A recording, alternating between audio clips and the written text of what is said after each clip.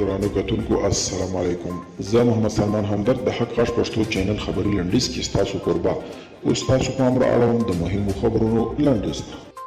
د یک تلویزیون خبریال بشیر احمد قاسانی د سرچینو په حواله راپور وکړی چې لسګونه میلیونه ډالر او سره زر چې تاجکستان ته قاچاق شوي وو او په پام کې وو دوبۍ ته واستول شي د دغه هیواد امنیتي ځواکونو لخوا نیول شوي.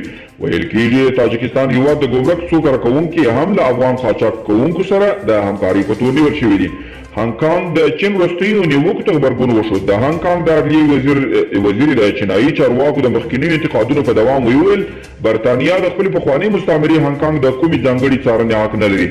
ایران د ځینو افغان کډوالو بانکي کارتونه بند کړي. په ایران کې یو شمېر افغان کډوال وایي لس ورځې کېږي چې د دوی بانکي کارتونه تړل شوي او د دې هیواد بانکونه ورته پیسې نه ورکوي.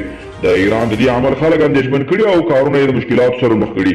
د سعودي د بهرنیو چارو وزیر شهزاده فیصل بن فرحان دا اوس انلاین اقتصادي ناسته په خبرو کې ویلي هیواد یې د ایران د فعالیتونو په اړه له اروپا او امریکا سره خبرې کوي څو دا هیواد په سیمه کې له ترهګریزو کړنو راوګرځوي.